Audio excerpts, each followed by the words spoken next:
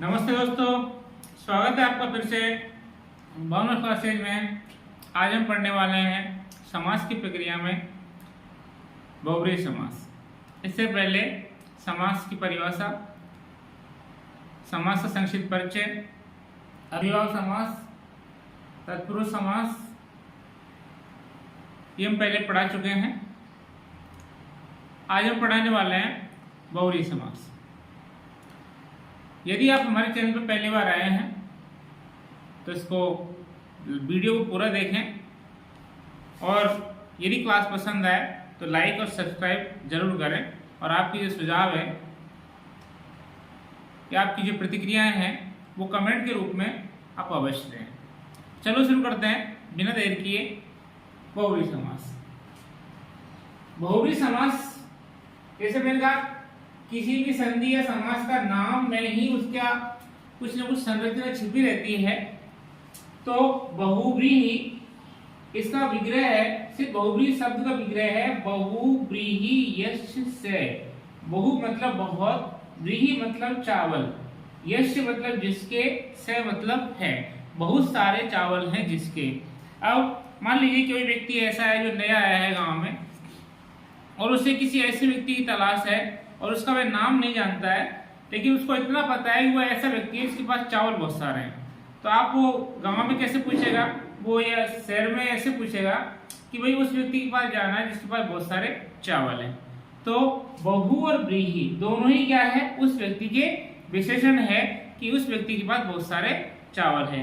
अब फिर बाद में गांव को परिचित व्यक्ति कहेगा उसका नाम, जैसे उसका नाम कोई भी हो, महेश, दिनेश, सुरेश, कि भाई वो फला सुरेश है, उसके पास वो है जिसके पास बहुत सारे चावल हैं। तो ऐसे ही जैसे बहुत सारे भैंस है किसी के पास, बहुत सारे गेहूं है किसी के पास, तो ऐसे ही बहुब्रीहि, बहुत व्रीहि मतलब चावल, यस्य मतलब जिसके, से मतलब है बहुत सारे हैं चावल जिसके, वह होगा बहुब्रीहि।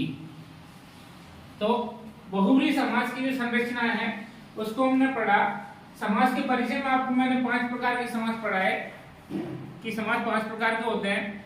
उनमें सबसे पहला था केवल समास, दूसरा अव्ययभाव समास, तीसरा था तत्पुरुष समास। तत्पुरुष समास के बारे में आपको बताया, तत्पुरुष समास का क्रम याद करने की आवश्यकता है नहीं।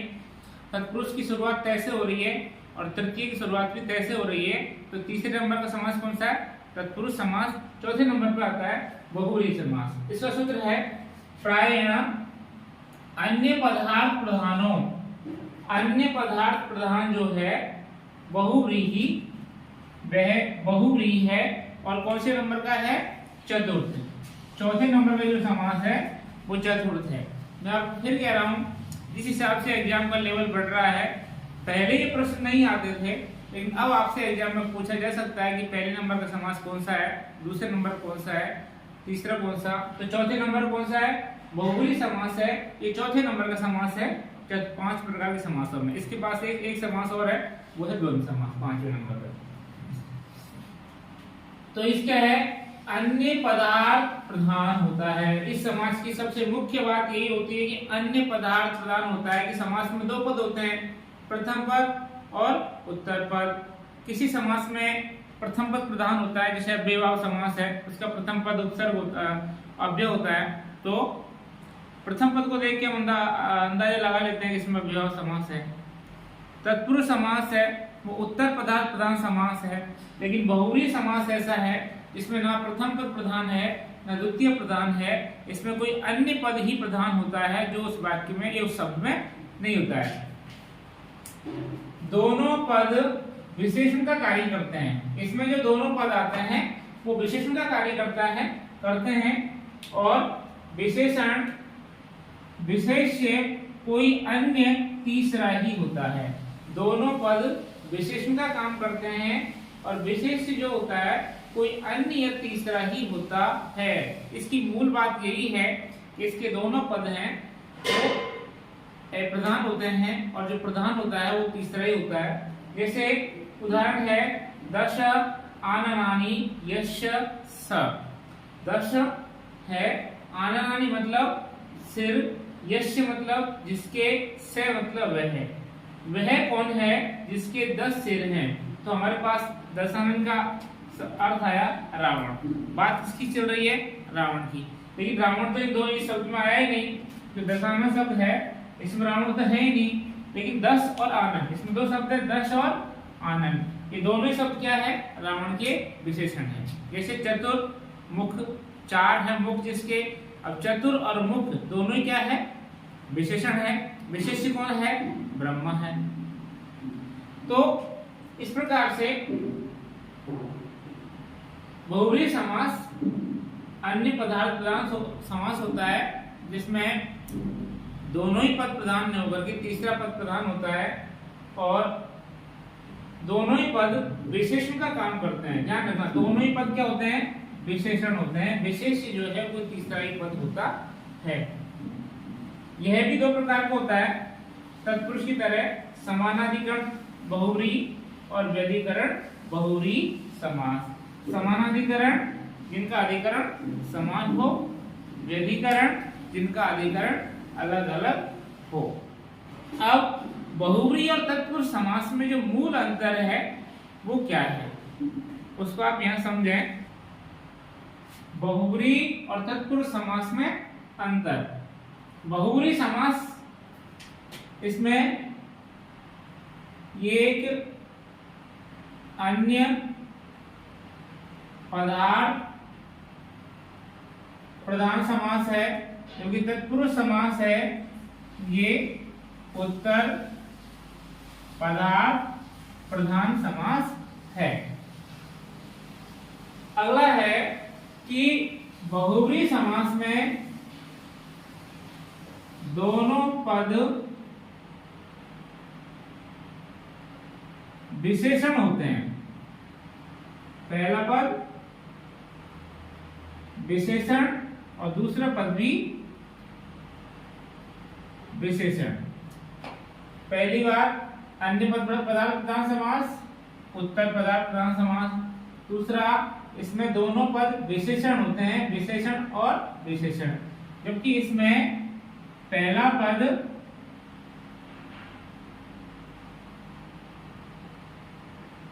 विशेषण और दूसरा विशेष होता है। पहला पद विशेषण और दूसरा पद विशेष्य। जैसे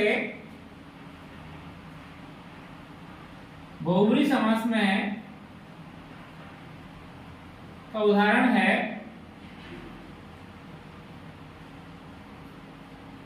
पीतम अंबरम यस्य से, अर्थात कृष्ण या विष्णु। जिसने भी पीतम मतलब पीला, अंबरम मतलब कपड़ा, यस्य मतलब जिसका है वह। पीला है कपड़ा जिसका, वो कौन? कृष्ण। कोई साधु महात्मा भी हो सकता है, विष्णु भी हो सकता है। यहां पीतम अंबरम कर्मधारय तत्पुरुष समास। शब्द एक ही है, लेकिन ध्यान रखना संरचना में, यहाँ पीताम्बरः, यहाँ पीताम्बरम। शब्द यहाँ भी दो है, पीतम और अंबरम, लेकिन यहाँ दोनों ही पद क्या है? विशेषण है। और विशेष क्या है? कृष्ण, जो कि इस वाक्य में नहीं है। कर्मधारय तत्पुरुष में पीतम और अंबरम, यहाँ पीला, अंबरम कपड़ा या वस्त्र। अब ये पीला क्या है? विशेषण, और ये क्या है? विशेष्य।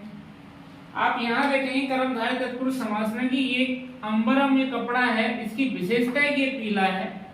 तो यहाँ पर कोई अन्य पद की बात वो नहीं कर रहा है। पीतम अंबरम कर्मधारय, कर्मधारय समास में हम करेंगे तो यहाँ पीताम्बरम आएगा। ध्यान रखना, कर्मधारय समास से जब आपको मैंने पढ़ाया तो उसने बताया कि यहाँ पर इसके जो समासिक शब्द है वो नपुंसक लिंग में होते हैं, तो पीताम्बरम। लेकिन बहुव्रीहि समास में यही शब्द है पीताम्बरः, पीतम अंबरम। यहाँ पीला और वस्त्र दोनों ही विशेषण है और विशेष्य क्या बनता है, कृष्ण ये जो भी पीले कपड़े पहनता होगा उसका विशेषण हो जाएगा, कृष्ण विष्णु या साधु महात्मा। पीतम अंबरम यस्य से। समास के बारे में एक मुख्य संरचना आप ध्यान रखना कि मान लिया पीताम्बरम ये आ जाए और वहां आप कंफ्यूज हो सकते हैं। तो समास की एक मुख्य संरचना है कि समास, ये सब तो आप ध्यान से समझ लेना। विवक्षा, विवक्षा मतलब कहने की इच्छा। विवक्षा मतलब कहने की इच्छा, अर्थात वक्ता कहना क्या चाहता है। हो सकता है वो कहते कहते लहजे में अपनी टोन बदल दे और शब्द का अर्थ कुछ और निकल जाए, इसलिए कहने की इच्छा पर निर्भर करता है कि उस पद में कौन सा समास है। जैसे हम सीधा कोई पूछे पीताम्बर में कौन सा समास है, हम एक शब्द नहीं दे सकते, हम देखेंगे कि कहने वाला क्या कहना चाहता है। कहने वाला पीताम्बरा अर्थात वो किसी अन्य पद के बारे में बात कर रहा है तो बहुब्रीहि समास, और पीताम्बरम अर्थात पीले कपड़े के बारे में बात कर रहा है। मान लीजिए कोई कहता है पीला कपड़ा लेके आओ, तो पीताम्बरम आने, कि पीताम्बरम पीला कपड़ा लेके आओ, पीताम्बरम आने कि पीताम्बर लाओ। तो यहाँ पर पीला कपड़ा क्या है, पीला कपड़ा मतलब पीला कपड़ा विशेषण विशेष है, तो यहाँ कर्मधारय तत्पुरुष समास है। लेकिन यहाँ पर कोई कह गया कि पीताम्बरः पूज्य, कि पीताम्बर है वो पूजनीय है। तो पीताम्बर पूजनीय अर्थात पीला कपड़ा पूजनीय नहीं है। तो यहाँ पर आप देखेंगे कहने वाला क्या चाहता है, कहने वाला कहना चाहता है कृष्ण पूजनीय है, विष्णु पूजनीय है, महात्मा पूजनीय है। तो यहाँ पीताम्बर अंबरम दोनों ही पद हैं वो विशेष्य का काम कर, विशेषण का काम करते हैं, विशिष्ट कोई अन्य पद ही रहता है। बहुब्रीहि समास के दो भेद आपको बताए, समानाधिकरण बहुब्रीहि समास और व्यधिकरण बहुब्रीहि समास। जैसा कि आपको तत्पुरुष समास में हमने पढ़ाया कि समानाधिकरण अर्थात जिसमें दोनों व्यक्तियां समान हो और जिनके अधिकरण समान हो, और व्यधिकरण में जहां दोनों विभक्तियां अलग अलग हो। पहले पढ़ते हैं समानाधिकरण तत्पुरुष समास, वो समानाधिकरण बहुब्रीहि समास। समानाधिकरण बहुब्रीहि समास 6 प्रकार का होता है, किस हिसाब से, विभक्तियों के हिसाब से। जैसे प्रथम व्यक्ति तो दोनों में हो तो है नहीं, तो द्वितीय, तृतीय, चतुर्थी, पंचमी, षष्ठी और सप्तमी तक, तो 6 प्रकार का होता है। और ये प्रकार हम किससे देखते हैं, यत शब्द, यत शब्द जिस विभक्ति में यहाँ पे आता है वही विभक्ति यहाँ मानी जाती है। जैसे कंठे काला यस्य स, अब यत शब्द यहाँ पर षष्ठी विभक्ति में आया है, तो ये षष्ठी विभक्ति समानाधिकरण बहुब्रीहि समास है। प्राप्तम उदगम यम स, अब यहाँ पर जो यत शब्द है ये द्वितीय विभक्ति में आया है, कौन सी में, द्वितीय में, यहाँ षष्ठी में। प्राप्तम उदगम यम से प्राप्तोदक है, अर्थात जैसे किसी बांध से पानी छोड़ा जा रहा है और वहां पूछा जाए कौन कौन से गांव को पानी मिल चुका है, तो किसी गांव के बारे में कहा जाए भाई ये गांव तो ऐसा है जो प्राप्तोदका, प्राप्तोदका अर्थात इसको पानी मिल चुका है। तो प्राप्त उदगम यम से, प्राप्त हो गया है पानी जिसको, से अर्थात वह प्राप्त उदगे वह गांव। हता शत्रव ये, अब यहाँ ये में कौन सी होती है, तृतीय, यहाँ तृतीय होती है। तो हता शत्रव ये से, हत शत्रु अर्थात जिसके शत्रु मारे गए, ये न मतलब जिसके द्वारा, से अर्थात वह, हत शत्रु अर्थात वह राजा। फिर यह है यस्मै, चतुर्थी व्यक्ति एक वचन, तो दत्तम भोजनम यस्मै से दत्त भोजनम भिक्षु, अर्थात जैसे कई भिखारी मांगने आ रहे तो वहां पर किसी को खाना मिल चुका और किसी को नहीं मिल चुका, तो फिर बाद में कोई पूछता है कौन कौन से किस किस को खाना मिल चुका है, तो हम कहेंगे इससे दत्त भोजनम, कि यह तो वह है जिसको भोजन मिल चुका है और ये वो है जिनको भोजन नहीं मिला है। तो जिनको नहीं मिला है अदत्त भोजनम, इनको दे दिया है दत्त भोजनम। तो यहाँ पर दत्तम भोजनम यस्मै से भोजन दे दिया गया है जिनको वह भिखारी। अब यहाँ पर पतितम पर्णम यस्मात् से, यस्मात् में कौन सी युक्ति है? पंचमी। पतितम पर्णम, पतितम मतलब गिर गए हैं, पर्णम मतलब पत्ते, यस्मात् से जिसके गिर गए हैं पत्ते, जिसके, तो जिसके पत्ते गिर गए हैं वह वृक्ष। पतितम पर्णम यस्य से पतित पर्णम अर्थात वह वृक्ष जिसके पत्ते गिर चुके हैं। दश आननानि यस्य से, ये आपको मैंने पढ़ाया था कि दश आननानि 10 हैं सिर जिसके वह रावण थी। इसमें कौन सी युक्ति है? षष्ठी। चत्वारि मुखानि यस्य से, 4 है मुख जिसके, तो यहाँ पर यश में चतुर्थी कुशल षष्ठी व्यक्ति है। चतुर्मुख अर्थात ब्रह्मा। वीरा पुरुषा यस्मिन, वीर पुरुष है जिसमें ग्रामे, वीरा पुरुषा यस्मिन से, वीर पुरुष है जिसमें, वो कौन सा? वो गांव। अब मैंने आपको जो बताया था कि समास किस पर आधारित होता है? विवक्षा पर आधारित होता है। यदि मान लीजिए आपसे ये कहा जाए वीर पुरुष, तो कर्मधारय तत्पुरुष समास में वीर किसी पुरुष का विशेषण भी हो सकता है, और वहां यदि ऐसा कहा जाता है वीर पुरुषम, तो वहां पर समास होगा कर्मधारय तत्पुरुष समास। और यदि कहा जाए कि ऐसा गांव जिसके सारे पुरुष वीर हैं, तो वीरा पुरुषा यस्मिन ग्रामे, कि वीर पुरुष है जिस गांव में, वह गांव क्या है? वीर पुरुष गांव है। वीरा पुरुषा यस्मिन ग्रामे। अब यहाँ पर यस्मिन में कौन सी व्यक्ति है? यह शब्द की सप्तमी व्यक्ति, तो ये कौन सा हो गया?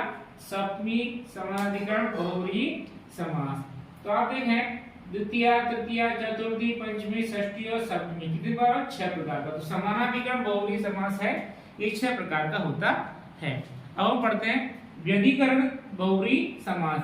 व्यधिकरण बहुव्रीहि समास अर्थात जहां पर दोनों पदों में विभक्तियां अलग अलग काम में आई है। चंद्र शेखरे यस्य से, चंद्रमा है शिखर पर जिसके। अब यहाँ पर चंद्रमा में कौन सी है? प्रथमा में, प्रथमा। शिखर में कौन सा है? सप्तमी। तो चंद्रमा है शिखर पर जिसके, वह कौन है? चंद्रशेखर अर्थात भगवान शिव। चक्रम पाणो यस्य से, चक्र है हाथों में जिसके, कौन है? चक्रपाणि, चक्रपाणि अर्थात विष्णु। शूलम पाणो यस्य से, शूल अर्थात शूल है, पाणि मतलब हाथ में जिसके अर्थात शिव। धनु पाणो यस्य से, धनुष है, पाणि मतलब हाथ में जिसके, कौन? राम। तो यहाँ पर आपका बहुव्रीहि समास का व्यधिकरण तत्पुरुष समास, व्यधिकरण बहुव्रीहि समास और समानाधिकरण बहुव्रीहि समास पूरा हो चुका है। उदाहरण काफी हैं, वो आपको इसमें करवाए जाएंगे। एक अलग से वीडियो डालूंगा जिसमें समास के सभी उदाहरण के बारे में, जो जो एग्जाम में आए हुए प्रश्न है उदाहरण समास के, उनके एक अलग से वीडियो में आपको डाल दूंगा, उसको आप देख लेना। समास के बारे में एक बात जरूर याद रखना कि समास है जो विवक्षा पर आधारित होता है। समास का, बहुव्रीहि समास का कुछ उदाहरण और हैं। बहुव्रीहि समास के बारे में एक बात और पढ़ें। तुल्य योगी बहुव्रीहि समास भी होता है। इसका सूत्र है तेन सहेति तुल्य योगे, तेन सहेति तुल्य योगी, सह के योग में, ये कितना? तृतीयांत, तृतीयांत पद के साथ सह शब्द का जो समास होता है वह तुल्य योगे बहुव्रीहि समास होता है। इसमें तृतीयांत पद के साथ में सह शब्द होना चाहिए। जैसे पुत्रेण सहिता, तो पुत्रेण कौन सी होती है? तृतीया। तो तृतीयांत पद के साथ सहित में, सह के योग में सपुत्र। और ये जो सह है, विकल्प से सह का से आदेश हो जाता है। विकल्प से होता है, कहीं होता है, कहीं नहीं होता है। पुत्रेण सहित सपुत्र, बांधवई सहित सबांधव। अब यहाँ पर ये तृतीया है, विनयेन में, आदरेण में, पत्न्या में, सभी कौन से पद है? तृतीयांत, अर्थात इनमें तृतीय व्यक्ति अंत में है। और इनके साथ में क्या? स है। ये तुल्य योगी सहिती कहता है कि तृतीयांत पद के साथ यदि सह शब्द आए तो वहां पर बहुव्रीहि समास होता है। पुत्रेण सहितम, सपुत्र। अब सपुत्र है कि बहुव्रीहि कैसे है? ये आप देखिए, मान लीजिए किसी को बुलाया जाए खाने पे और वहां जाए, वही कौन कौन तो है जो सपुत्र आया है और कौन कौन है जो बिना अपने बेटे के आया है। तो जो आदमी बेटे के साथ आया तो उसके लिए हम कहेंगे सपुत्र, ये सपुत्र आया है।